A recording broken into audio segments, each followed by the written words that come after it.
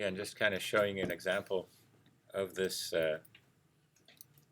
blade. Once you bring a picture in for the reference of it, and again, this is just another sampling of the blade itself with the handles. So all this can be changed once you get it stretched out. For example, you can modify it, change some of the points that are listed in this section, for example.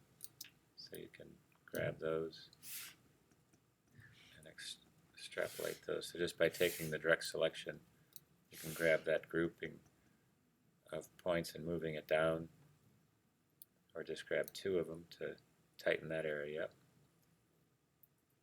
So it's pretty easy once you have it laid out for that handle. So let me just zoom in on here. So for example, I have the direct selection tool. These pieces were just, I think, carved out here. Let's see if that's going to let me do it. I think I will. Let's see. Take the direct selection tool, just draw a box around them. And it lets me move this down so I have a little bit more room for these diamond pieces that are there. All this was done was made with a shape that was transformed and created. So let's see if I can drop those down a little bit. So if you remember from before, if you take any one of these pieces, I'll do it in a color so you can see it. Just coming on the outside, just rotating this, and gave it a gradient and tried to place a piece inside. Depending on how you interpret it, trying to give you the flexibility, you can go to Object Path and offset the path. And the default might be there of 10, but I just have it at 4. And you can increase or decrease this right on the screen. Click OK, and just G for the gradient, and just flip the gradient. So here it is. You can just rotate it across. So it does give you a little bit of a bevel.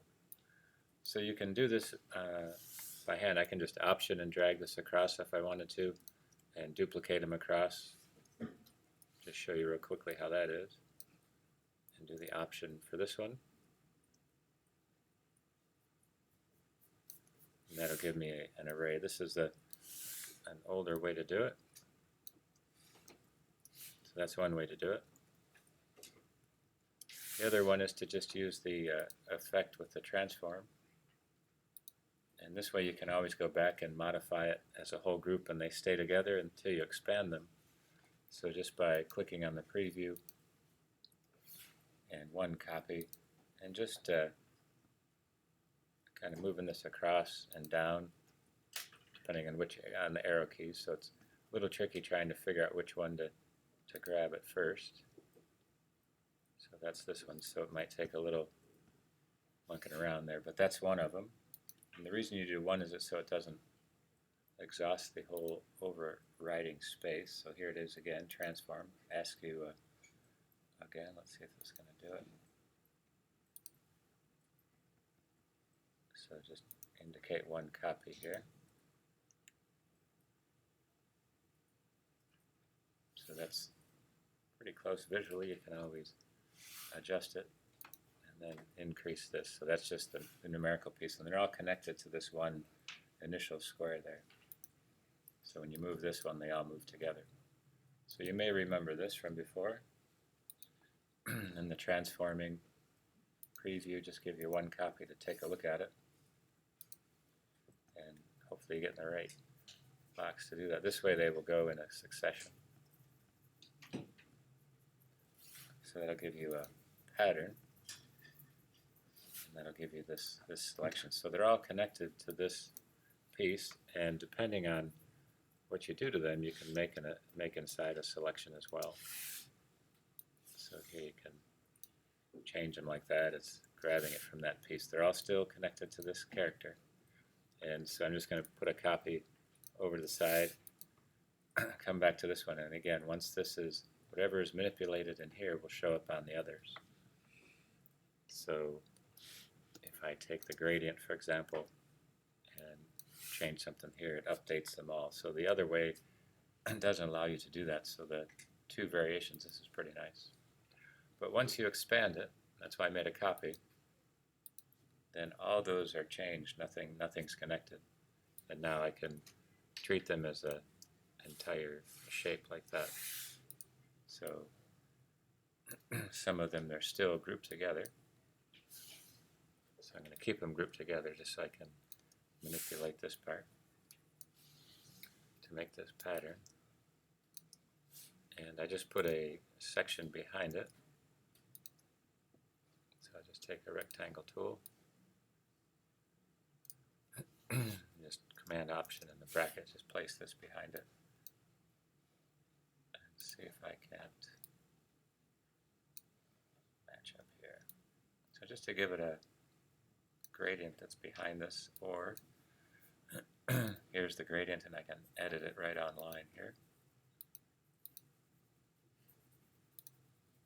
So I'm just going to move this one over, this one down. So now I have this part, and again, you can duplicate this to make it a symbol. That way it doesn't get stuck if you want to come back to it.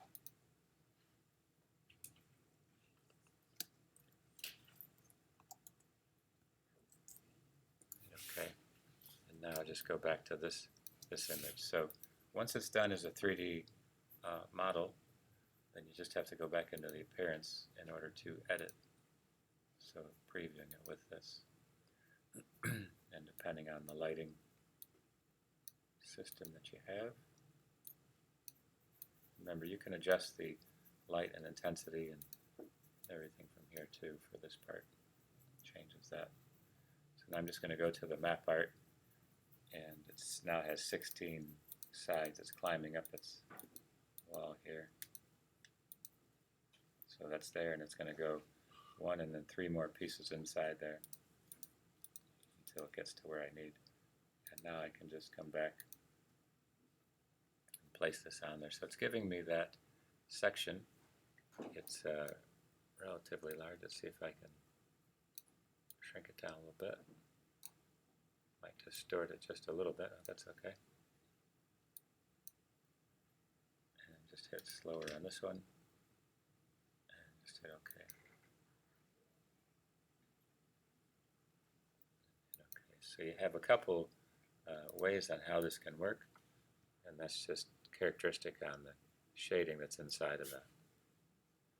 And again, this can be made narrower, tightened up like that.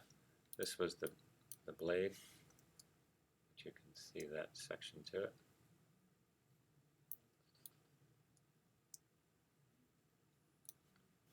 Adjust it for that.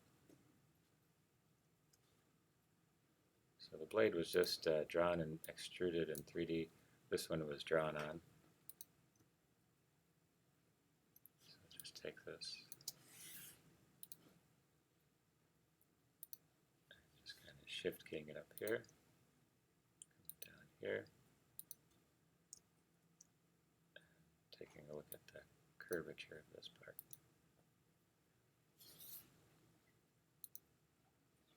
And that gives it that section.